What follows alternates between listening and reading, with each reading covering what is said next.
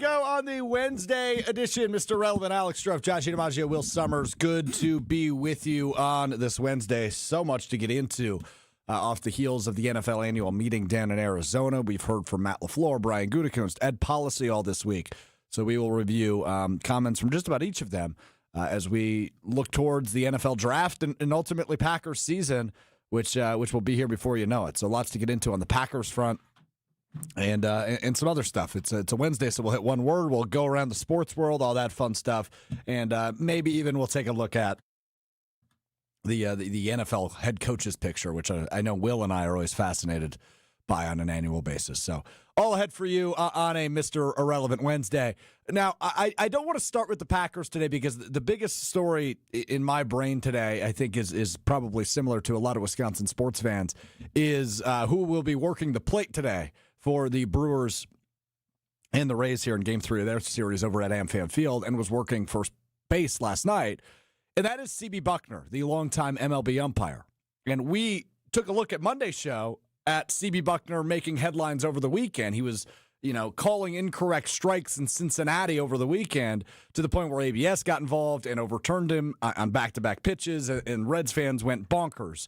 And it was comedic because he couldn't really stick it to Eugenio Suarez in Cincinnati over the weekend.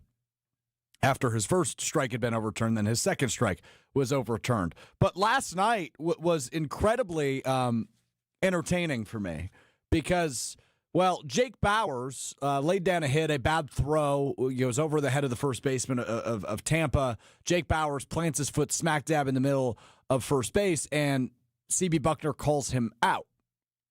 Ultimately overturned. And we'll hear from Wayne Grindle and Josh Mauer from the Brewers Radio Network in a moment because it's very comedic. But here's my take. I got a take, Joshy. Here's my take. I think CB Bucknor's a good thing right now.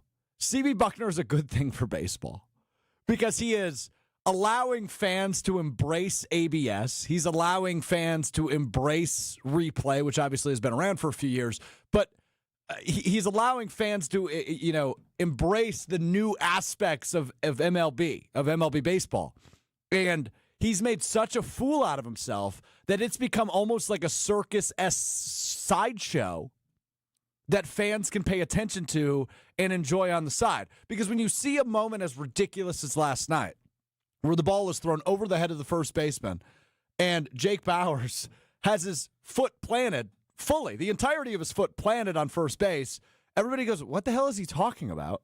We know it's going to be overturned, and everybody can laugh about it, which Pat Murphy did, which Jake Bauers did, which broadcasters did, which I think fans did. Kevin Cash did, the manager of the opposing team. Laughed, exactly. I think, maybe CB Bucknor should be ousted from the MLB after the season, but let's give him a run of ridiculous stuff. Which he has certainly been on the last 72, 96 hours with just bad calls being overturned. Now, this one is another level than what we talked about on Monday's show.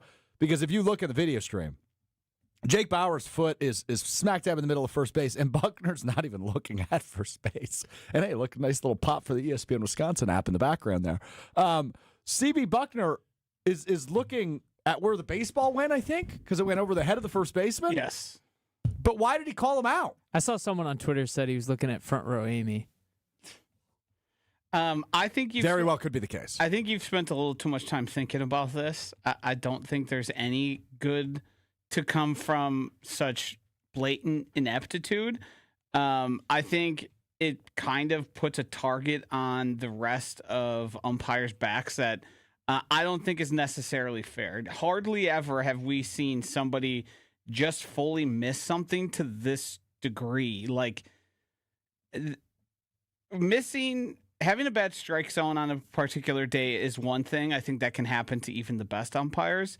I mean, he just made something up that was based on nothing, had really there was no reason for him to make that call. It's like almost bizarre, and you want to ask him if everything's okay.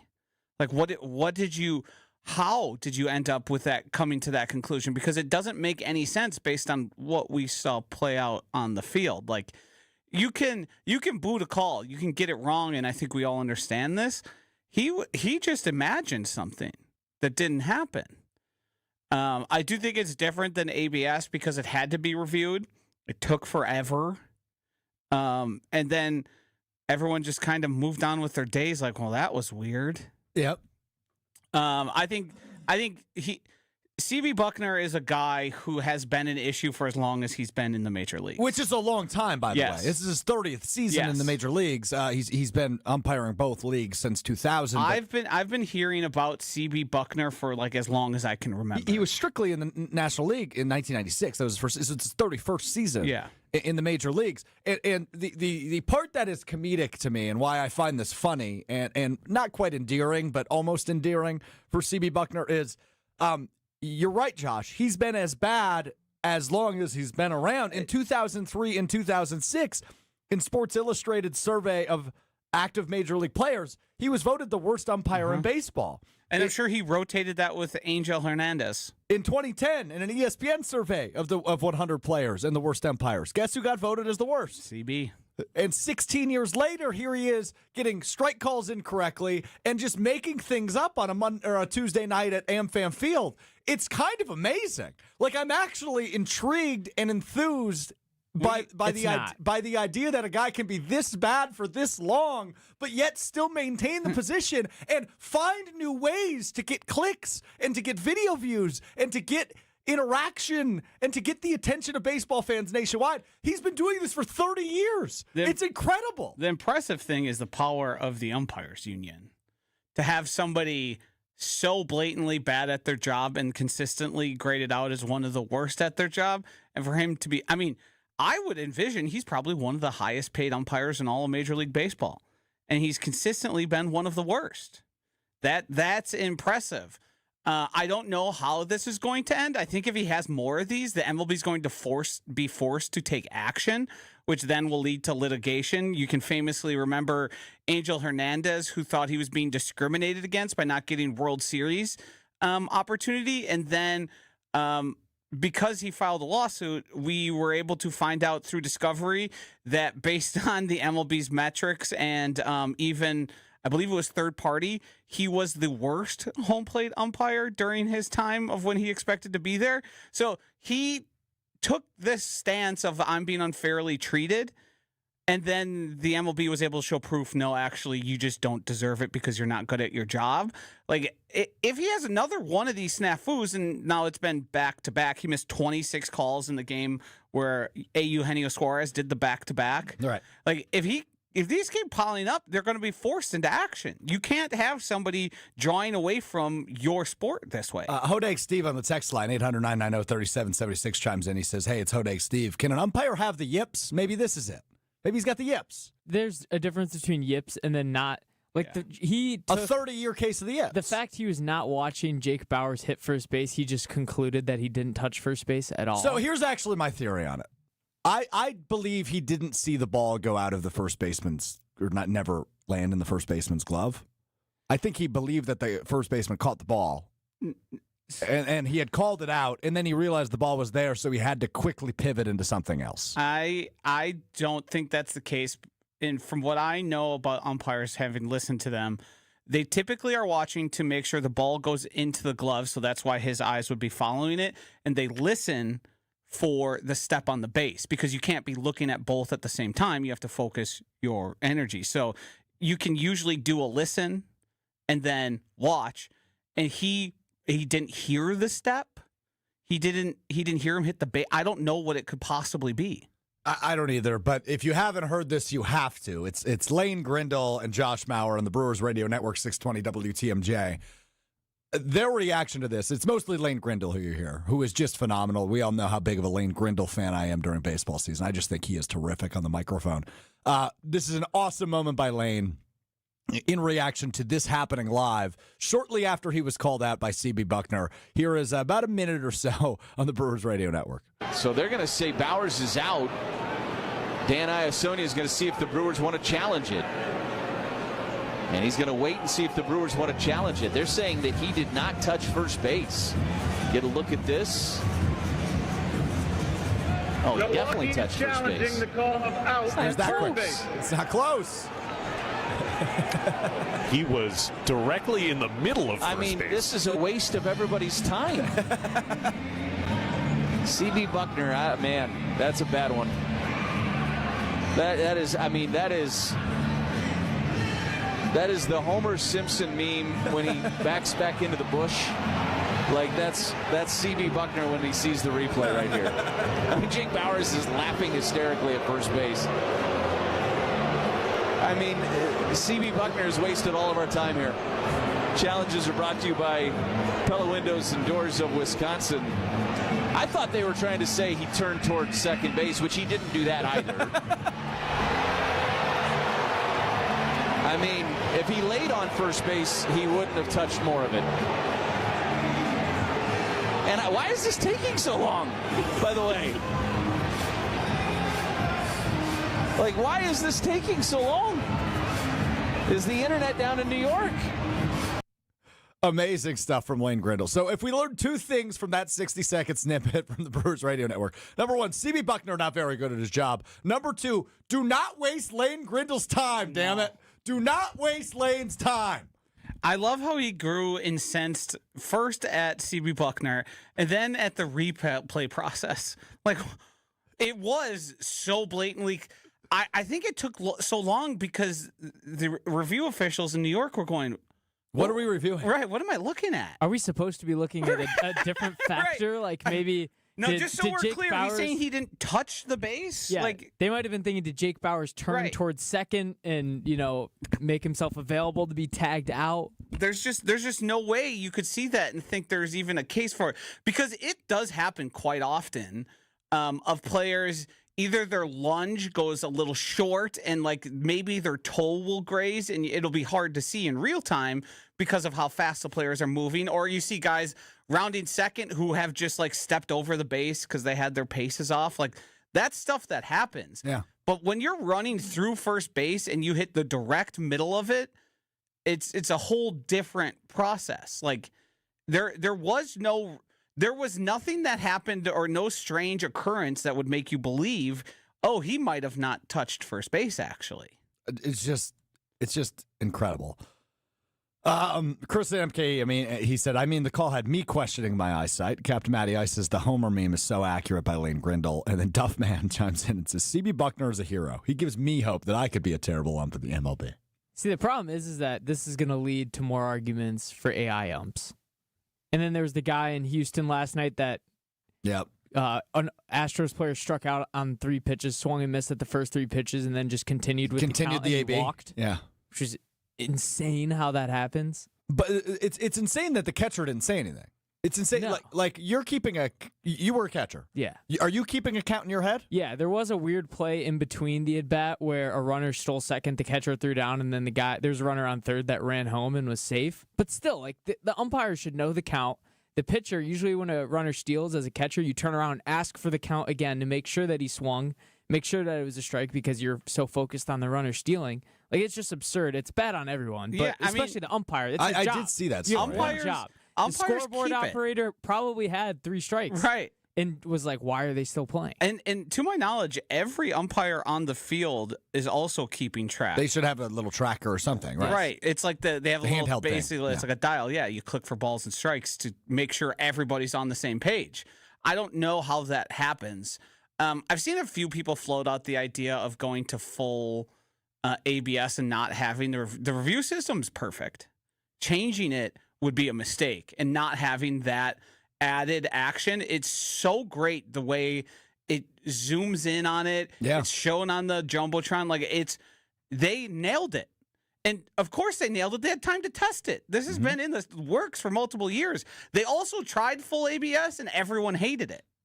Yeah. We were also just talking about this, Josh. I think it also has shown me a lot how good most of the umpires, catchers, and hitters are in the MLB. Like, the amount of misses when it is challenged and it's wrong is minimal. Yes. Like, I just saw one in the Blue Jays game that was less than like half an inch away from being a strike. I believe they said it was less than a tenth of an inch. Yeah, crazy. Which, the vast majority of MLB umpires are remarkably good at it. Correct.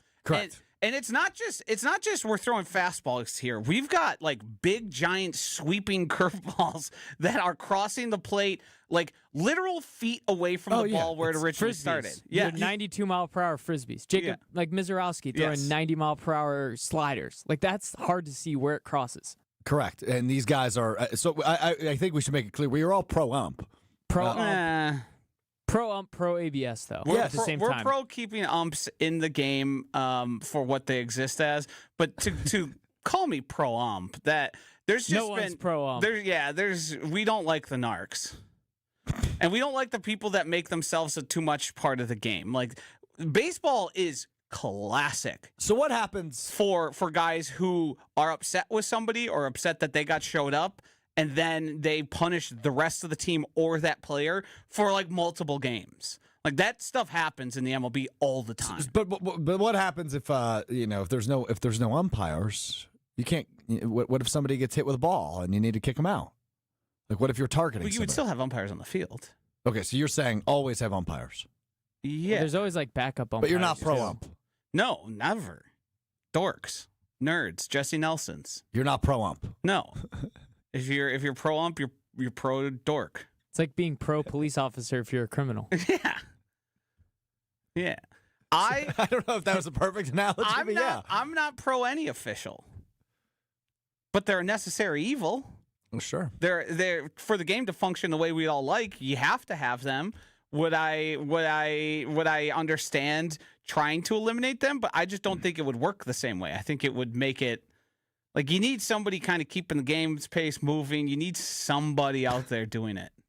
Jesse is pro ump, coincidentally also an ARC, and he believes they should get rid of ABS. Yeah, I mean, I don't feel like trying to describe what Jesse Nelson did on Wilde and Tausch today, but it was one of the worst opinions that I've ever heard in my life. That sounds about accurate. This is also the same guy that called for Pat Murphy's job in April last year. I either believe, April or May, before or he early went on May. Yeah, to win he his- also with Mark Tauscher declared the Brewers dead after they got swept by the Oakland Athletics. I believe that was 3 years ago. They were dead. They did not make the playoffs that season. No, they did. I thought they didn't that season. No, they went on. They very much went on. I believe they won the division. Yeah, it definitely did. I thought that was the Hader year. Okay. No, I it was mixed not up my the Hader years. year. Year after? Yep. And if you were to actually go back, I bet you could also find he was on the wrong side of the Hader trade, which ended up being a disaster and tanking the season for the Milwaukee Brewers. Correct. Yeah. I would be willing to bet that because he's been so consistently off. It's remarkable. It's impressive. CB Bucknor or Jesse Nelson? Who's worse? I mean, CB. Jesse only can affect our little world. CB Bucknor has been affecting Major League Baseball games for decades. And specifically the last week. Mm-hmm. So we will see. Brewers and Rays underway, and he is behind the plate right now. So we'll see if anything comes out in the next 40 or so minutes. We are with you on Mr. Irrelevant. Let's move over to the NFL and the world of the Packers, because I said this to somebody yesterday, and obviously we didn't have a Mr. Irrelevant yesterday, so I haven't said this on this platform yet. But the Ed Policy thing, maybe we should give him some grace because this is his first, it's his first trip around the sun as the president and CEO of the Packers. But the quote that's getting everybody's attention is that Ed Policy was, quote, shocked by the idea that he should or maybe could fire Matt LaFleur after this past season. And I'm confused by this because this is also the same individual that little less than a year ago, prior to last season, met with the local media in Green Bay when he officially took over as president and CEO and said that he did not want a lame duck coach. This would be entering, if Matt LaFleur did not sign a contract extension this offseason, he would be entering the final year of his deal. So pretty much what Ed Policy said prior to last season was, I am either going to extend Matt LaFleur after this season or I am going to move on from Matt LaFleur after this season, which he did not say word for word, but that is the idea that he gave. Said he doesn't like lame ducks. Right. Was verbatim, I believe. And so to hear that he is shocked at the idea that he should move on from Matt LaFleur is a tiny bit confusing for me. Like, I'm shocked he's shocked, given that he laid out the groundwork several months prior to the extension when he took over as president and CEO. And then when he went on to explain why Matt LaFleur and Brian Gutekunst both got extensions, he effectively... It had nothing to do with what took place this year. No, he said he's a really good coach and... Yeah, but if you read into the details, he cites, like, career winning percentage. I don't want to make an emotional short-term decision, right? He talks about career winning percentage, and he said that game wasn't going to dictate his employment, pretty much, that meltdown to the Bears that occurred in Wild Card Weekend. So, I think if this was if Ed Policy was as tenured as Mark Murphy was, I think maybe he'd learn from a mistake like this.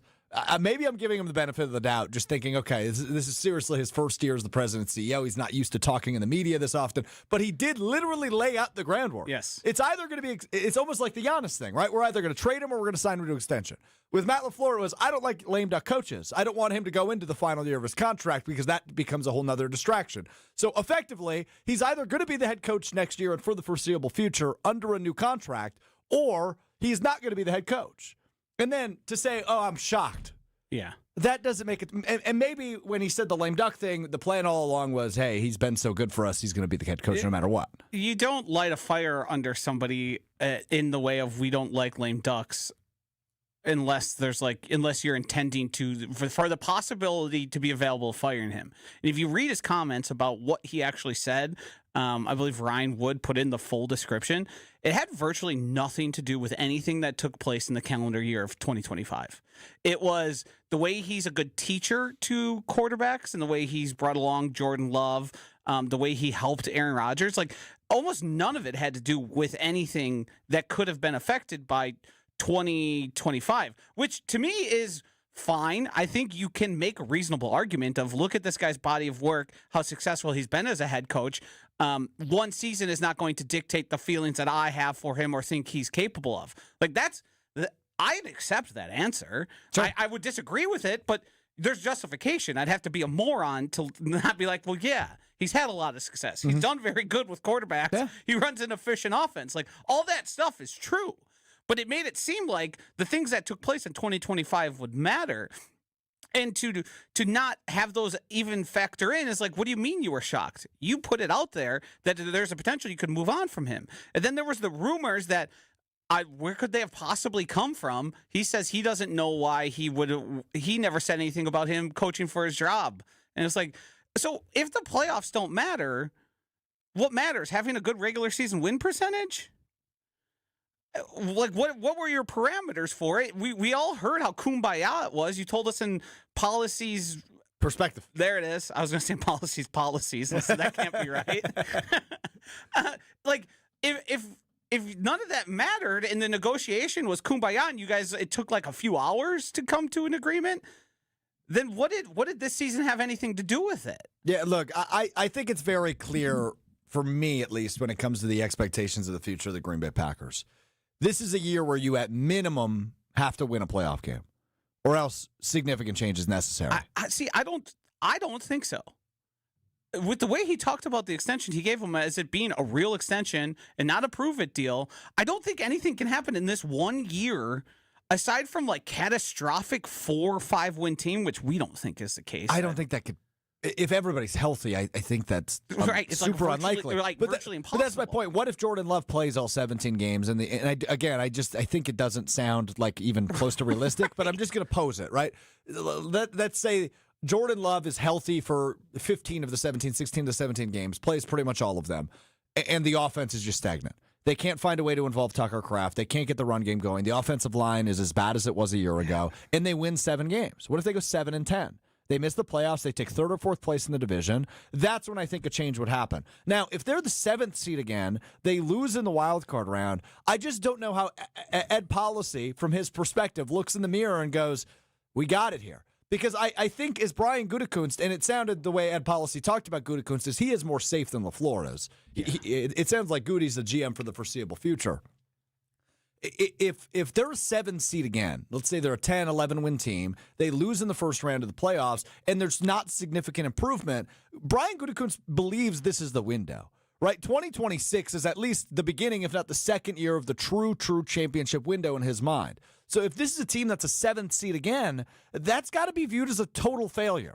They have to at least, like, they've got to win the division, you would think, or be, say, I think the NFC North is going to be really good again. So let's say they're the 5 seed and they go to the worst division winner and they win that game and then they get matched. They should definitely be in the last 8 teams standing, the last 4 in the NFC, if not the last 4 teams in the NFL, the last 2 in the NFC, in the NFC Championship game this season. That has to be the expectation, just given the natural progression of what we've seen the 3 years that Jordan Love's been the quarterback. I have a hard time figuring out, other than like catastrophic. Like, I think 7-10. I think you look at it and go, we just made this big investment. What changed from every reason you gave? Either he misspoke and sort of talked out of turn and never really was going to evaluate 2025 truly as like is this worth an extension? Or he's just playing coy and would have no problem firing a guy after 1 year after giving him an extension. But you still owe them money. There's still offset language. Like find, well, if you listen to what Ed Policy says, he's very cognizant of the price of things and making money in Green Bay. That's also a big factor. So handing out massive extensions to your head coach you fire in 1 year doesn't seem likely. That's not a bad point, but they have the ability to do it. Let's let him get one trip around the sun before we make any sweeping judgments about who Ed Policy is as the presidency. I don't know if maybe he's doing it on purpose. Maybe he is. Maybe I legitimately have no idea. Maybe he's not letting us pin down what he's actually thinking. I think he's just kind of shooting from the hip and figuring out as he goes. Yeah. I mean, he grew up in. I don't think anybody's doubting his ability, right? He's a smart dude. I have no way to know just because his father did his job previously with the San Francisco 49ers. I've seen plenty of fail sons. Fail sons are things that exist all throughout our lives, where people are thrust into position. Can you give me one example, just a random one? Hunter Biden. Hunter Biden. Bronny James. Bronny James in the NBA. Yeah. Should he be in the NBA? No, that was an orchestrated thing that everyone thought was going to be a feel-good moment. Everyone's like, this I got to be honest, I did not think we were going political with that example. I mean, he's the most famous one. There's videos on the internet of him smoking crack. His dad's president, he's smoking crack, and I'm glad he's doing better now, all that involved. But when you think of presidents and their children, it's not smoking crack. Yeah, that's a fair point. That's a fair point. That's the one. But, I mean, it's all throughout history. Like, I'm sure you know somebody you grew up with whose kid was an absolute idiot, but now they run whatever business. Run the business, right? absolutely. And it's like, I mean, I guess he knows a lot about it, but is he good at what he's doing, or is he just floating off a reputation that was previously established by his father? That's a very common thing I think we all can recognize in people. That's absolutely true. Well done. That took a turn. I loved that. That was good. Chet Hanks. Booty pop. I just watched. I don't know how I ended up here. He bought a trailer and was towing it for the first time. He was like stranded in Colombia like a couple of weeks ago. Chet Hanks, by the way, for those of you unaware, Chet Hanks that is the son of Tom Hanks, the actor, Forrest Gump. He is remarkably entertaining and controversial. That is all. All right, a couple other things I want to get to. This quote from Gutey stuck out to me, Joshy. I don't know if you've heard this yet, and I want to get your reaction because it kind of makes me go, what was last year? Here's Brian Gutekunst at the annual meetings. This will be a whole new year. They got to come together as a team, like I've spoken about many times. Like, doesn't matter how much talent we have, if they don't come together as a team, we're never going to accomplish ultimately what we want to. But I thought we did some really good things last year. But at the end, when some of the adversity hit, we didn't finish like we needed to do. And I would expect this team moving forward to work towards, fixing that. All right, Packers.com, courtesy. I'm curious by the double mention. They need to come together as a team and then go straight to adversity. We collapsed. What is that? I guess I don't know what that means. What does come together as a team mean? I don't know. I think it's a lot of lip service. I think he's been asked similar questions a lot since the offseason started, and we're just kind of throwing stuff at the wall. I'm glad I didn't hear, because I'm sick of hearing about finishing games and all that. He did put a new spin on it and when saying collapse, but the amount I've had to hear about, well, we don't know how to finish games, but everyone came back and we're sort of running it back with a few changes due to a few guys finding contracts elsewhere. I don't think they know why they collapsed as bad as they did. They're going to keep saying finishing games, but I don't think they have an answer how to fix it. So I don't either, but I will say the overarching theme for me from hearing from Policy and Gutey and LaFleur at the annual meetings throughout the week has been, there's clearly been a significant amount of reflection for those individuals. What? Watching the Brewers game, and the umpire, CB, just took a foul ball directly off the face. Is he okay? He's hunched over. He seems to be trying to stand up. I don't know if he's going to be able to finish the game. It was. Oh, I just saw it. Yeah, it was. It looks bad. We might not be passing any the testing here that we're going to do. Oh, no. Yeah, not great. Don't want that. No. Definitely don't want that. No. He's wearing the extra protective mask Because he's taken one off the face before. He's wearing the hockey style mask. I did a lot of research on CB Bucknor today. Uh-huh. This is not the first time this has happened to him, unfortunately. But hope he's all right. That's not ideal. Shout out William Contreras, being a great catcher, efforting to make sure he's okay, so that if he does come back, he's getting the calls. That's what you do. Good karma, yeah. That's what you do. Oh, he's up. That's good. Yeah. It's good. It was. I mean, it's Miz, so the ball's coming in hot, and then it was a straight back, just liner. The ball barely changed trajectory, but it just went the other way. Jeez. Yeah. Hi. All right. Well, there you go. There's what we led our show with. 30 minutes later, that happens. Huh. Mark chimes in. He says, Joshy, are you guys happy with your roles on the show? Playing, of course, off the but players not being happy with their role. Josh, you happy with your role? Yeah, I don't really know. There's not a whole lot I could be upset about because I haven't made more money because of the show, nor have I lost more money. I've never signed a contract to be. In fairness, I haven't either. Yeah, this is all voluntary for me.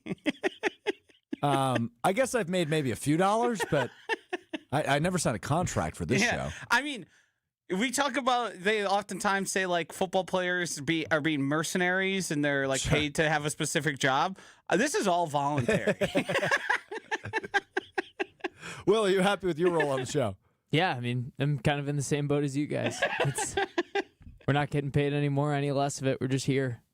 I don't think you can ask Josh if he wants to be here all the time now because of what he just said. Yeah, he's now pointed it out, which I don't know how to feel about. He said it's voluntary and he shows up every day that he's here. So, I mean, I've made that clear because you've stopped asking me, "Do you hate me?" There was a time period where it was like a month. We would just start every show with, "Why do you hate me, Josh?" And I was a little worried about it. And every time I had to say, no one's forcing me to be here.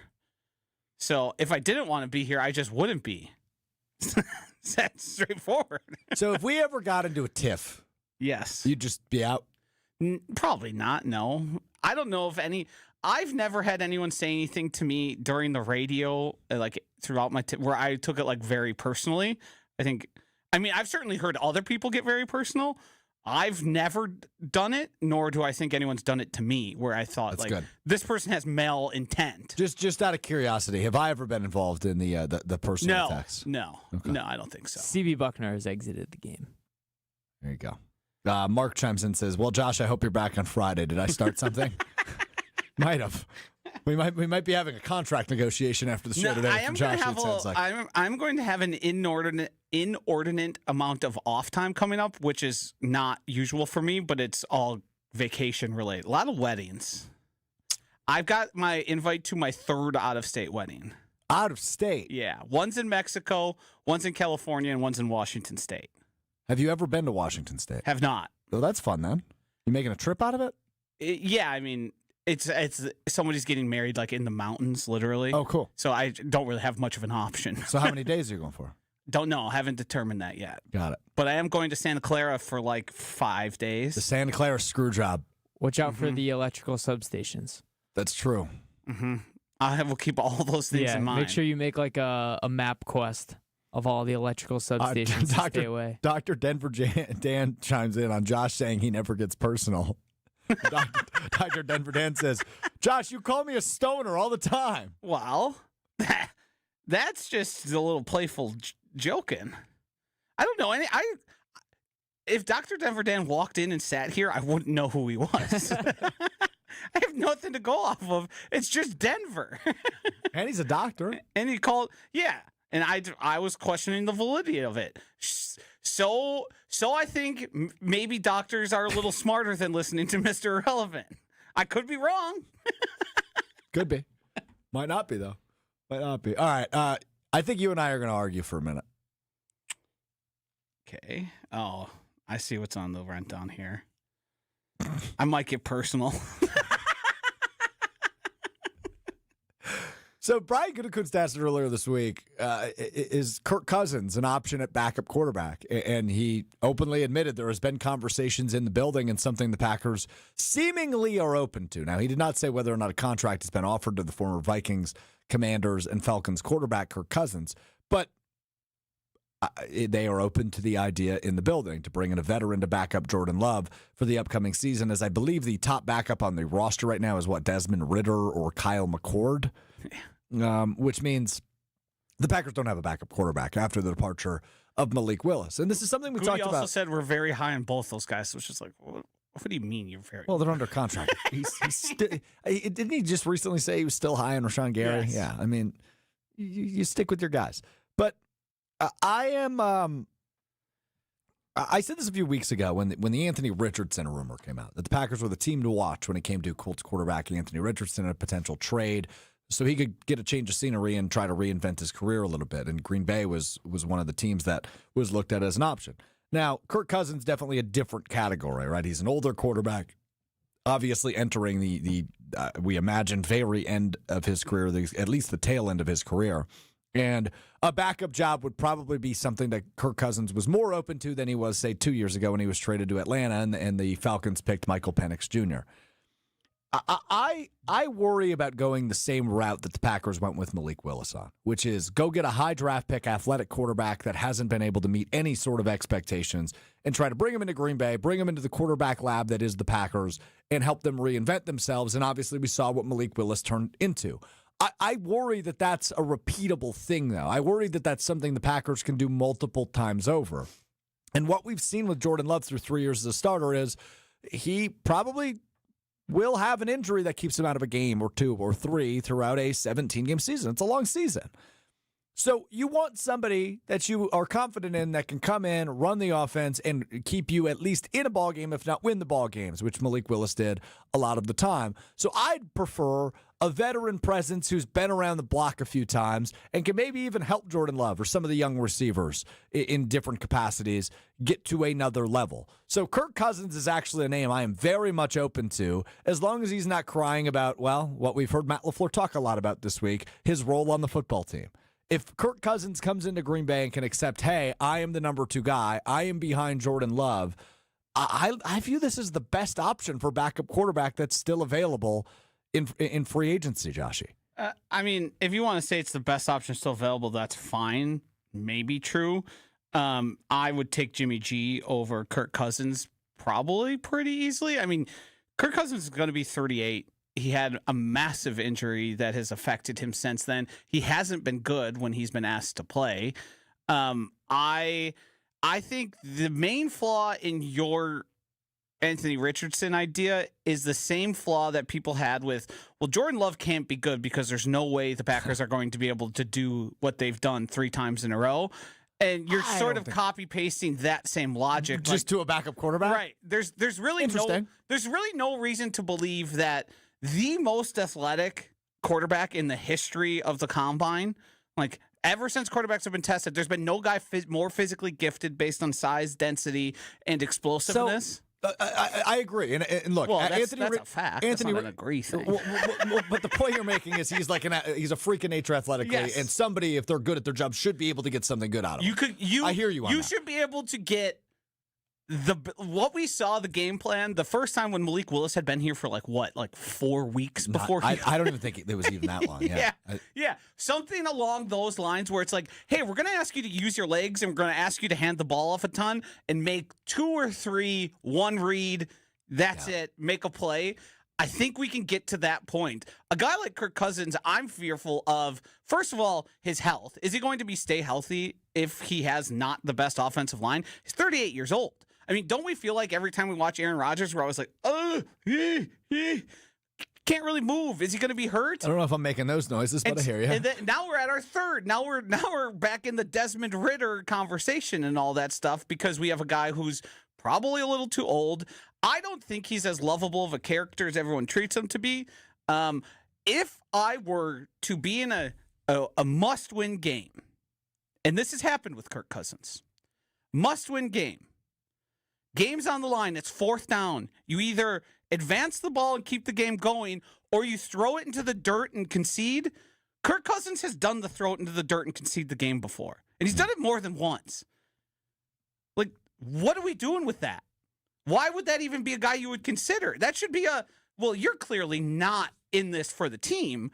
You're in this to preserve your statistics. Well, hold on. Number one, let's acknowledge something right off the top. The ideal backup quarterback is one we never see. Yes. Unless it's the kneel down formation, victory formation in the 2026 football season. Now, when it comes to Kirk Cousins, you got to remember this would be a mentality change for him then. Because you mentioned the statistics and all that. Is it? If he's a backup quarterback, I don't think he gives a damn about his statistics. I think he cares if he's going to get in the game, is he going to be able to win? That should be the one statistic that matters is W. Stripes after this long in the NFL. Maybe, maybe not. I guess he has to accept his fate at this point. He's still a free agent for a reason. He's not going to be competing for a starting job anymore. Or is he still a free agent because he thinks there's somewhere that he should be, maybe end up being a starter, and he's going to keep holding out? Is he waiting on Aaron Rodgers? The Aaron Rodgers domino, I would imagine that could be the case in or is he Pittsburgh waiting on what is Minnesota going to end up doing? Minnesota's got Kyler Murray. Well, what if he doesn't work out? Wow, come on. The other he might not. His You previous say, team come on, like he's a first ballot Hall of Famer. His team told him to take a hike. Yeah, but hold on. We have to acknowledge one thing real quick, and then I want to go back to Anthony Richardson. You guys know I still have all my Kyler Murray stock. I still think he's going to be a really good quarterback in the NFL. Maybe really good's probably strong. I think he's going to be a good quarterback in the NFL. Okay.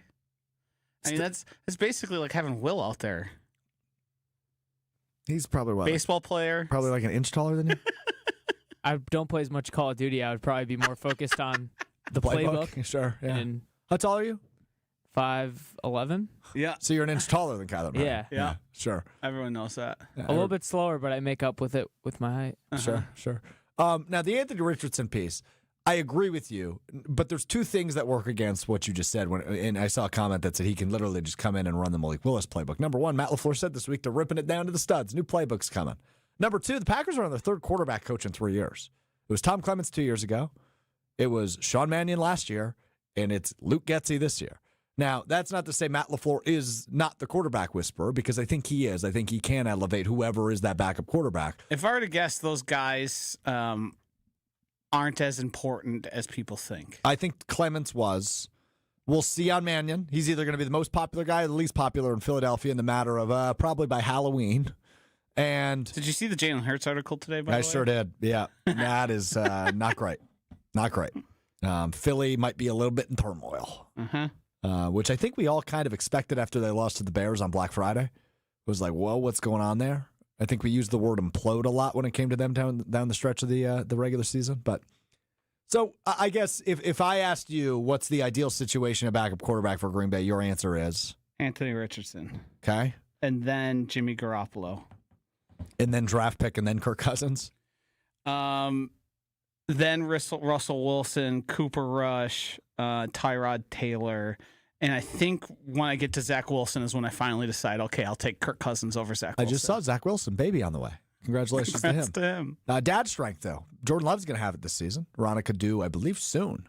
So dad strength's a real thing. When it comes to backup quarterback, I'm fine with, I guess, any of those options. Because, again, ideally, you don't see them at all this season. And I think if the Packers are to go free agent over draft pick rookie, it's probably a one-year thing. And maybe they still draft a quarterback and hope to develop them on a practice squad. Hopefully a little bit better than Sean Clifford style, but kind of Sean Clifford style.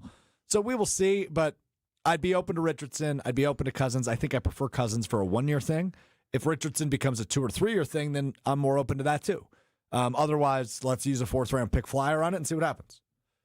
Not that I would love to use that high of draft capital without a 1st-round pick on a backup quarterback, but that might be what they have to do. That might be the necessary step if they don't really love any of these guys in free agency or a trade for Richardson. The thing about Richardson's interesting is he does have, because he was a high 1st-round pick, his cap hit is bigger than a typical quarterbacks would be, especially a backup.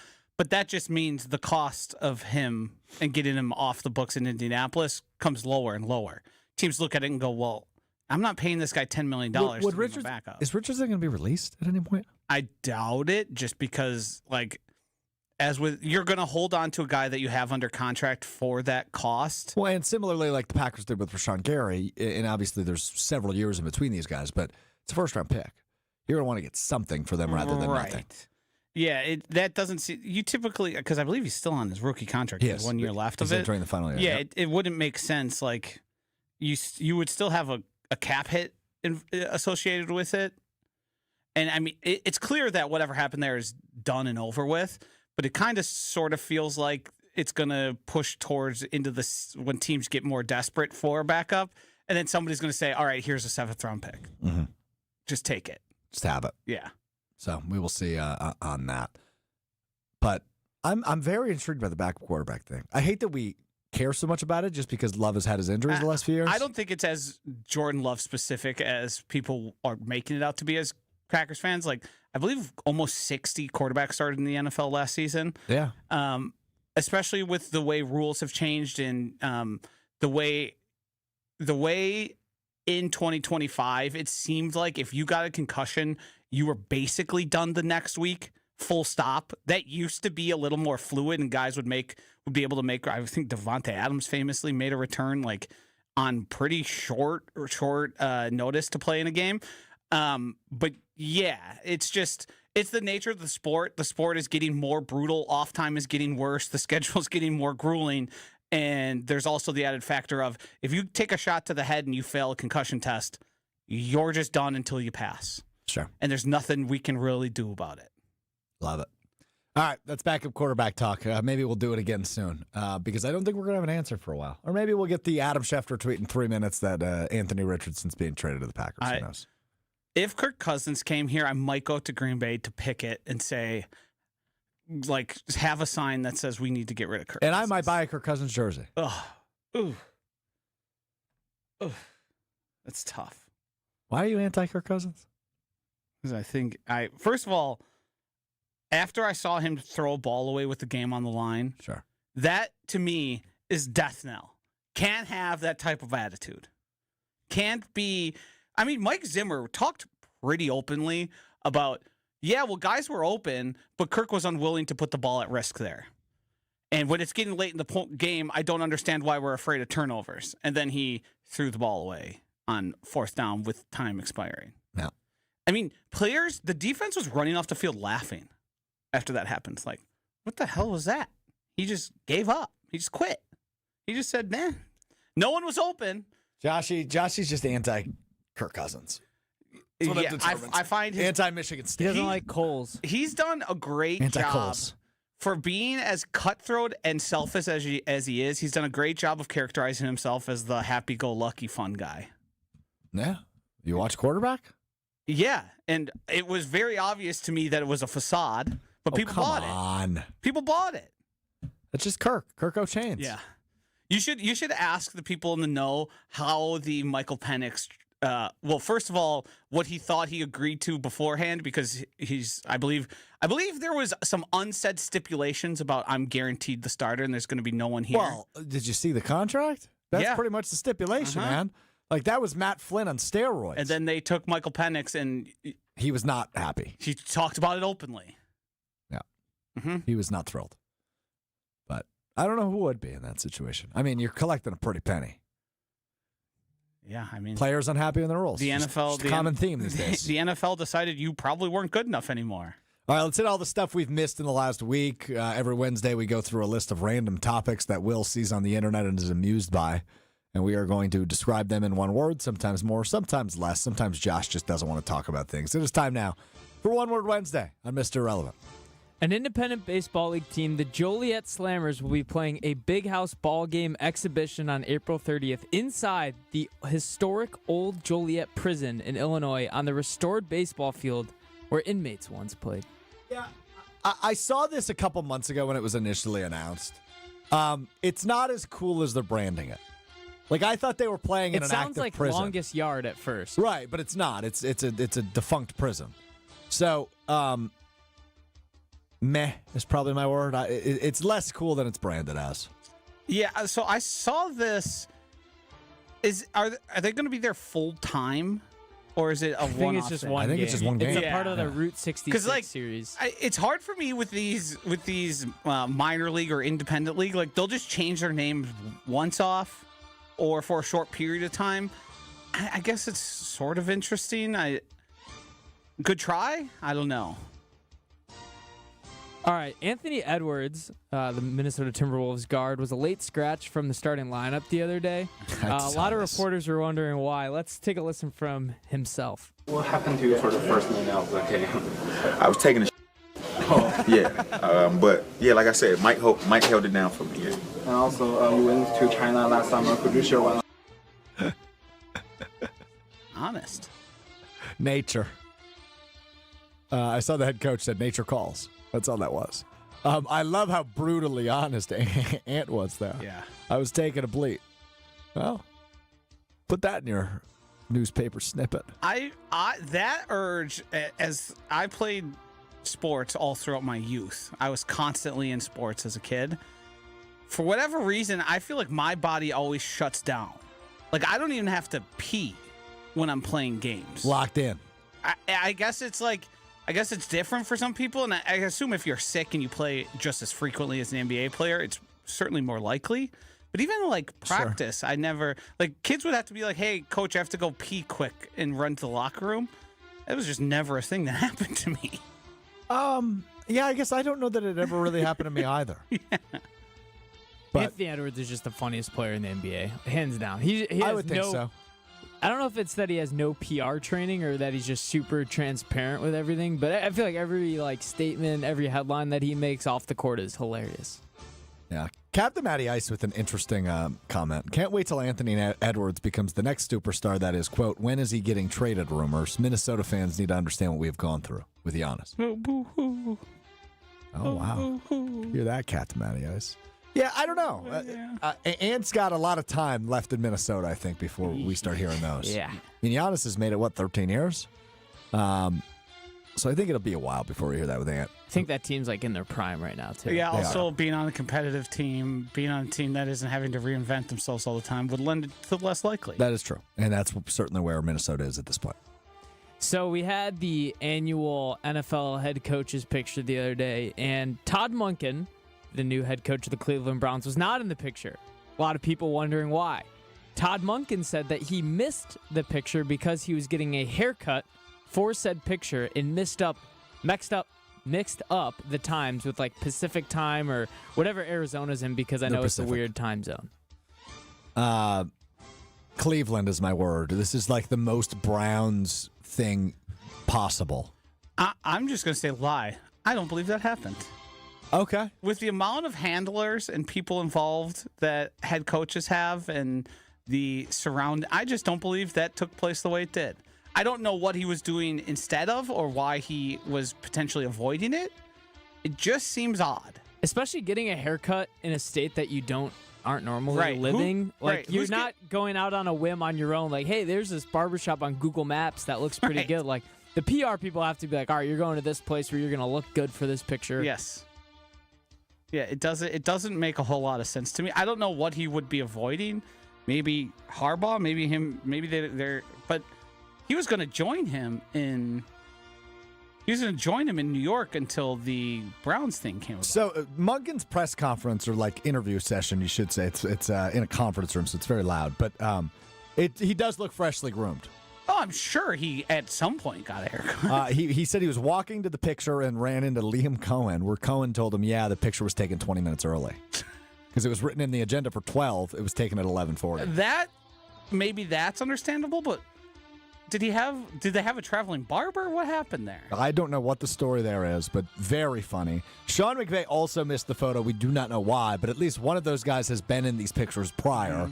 Monken, not a great look for your first one. It's just Cleveland Brown stuff. It really is. I saw that. I saw our sister station, ESPN Cleveland, debating if they'd trade Myles Garrett for Jalen Hurts. I'm glad I'm a Packers fan. Next one we got Tarleton State guard Dior Johnson plans to enter the transfer portal. If he attends another college, it will be his 14th combined college and high school that he's attended. So this is AJ Store levels. So repeat the name of where he goes right now. Tarleton State. Huh. I didn't even know that was a college. They're one of those ones, I believe, that just got bumped up from Division II to be a actual NCAA program.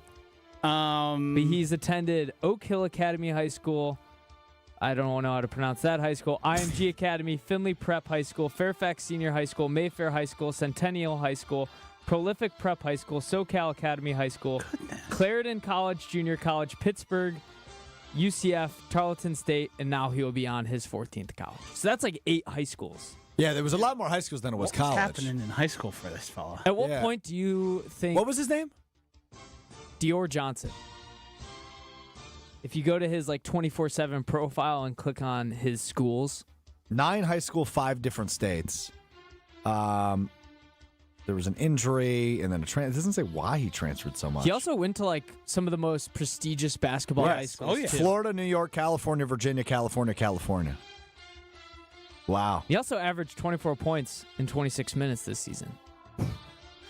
How old is he? That I have no like. The high schools are throwing me off, and the junior college year. Like I don't know if he was there for 1 or 2 years. I didn't look. Couple of He could be like 21, but he also could be 27. there's a couple of legal issues involved here as well. Well, that seems about right. So we will see, but seemingly a very good player. 4-star guy, as Will mentioned. He was the 38th recruit in ESPN's recruiting rankings in 2022 for the class of 22. Excuse me.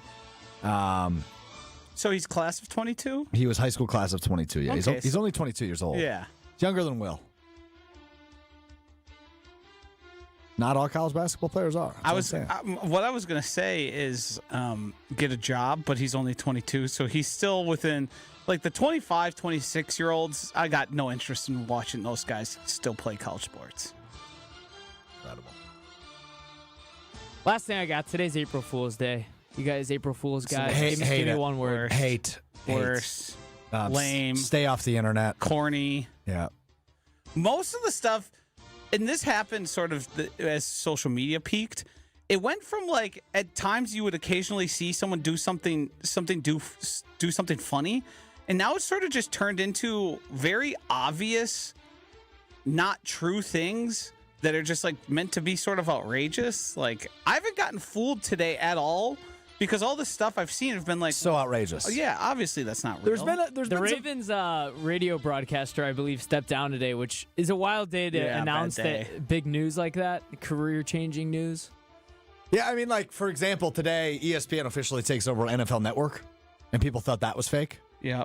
A couple other things I've seen. But there's been some, I think the implementation of AI has been kind of interesting for April Fool's jokes. Like, I saw a local bourbon bar pretended their entire bourbon shelves have crashed to the ground. And I mean, if you zoomed in, you could tell it was AI. Yeah. But people believed it, so I don't know. But, like, Greg Gard getting fired, not funny.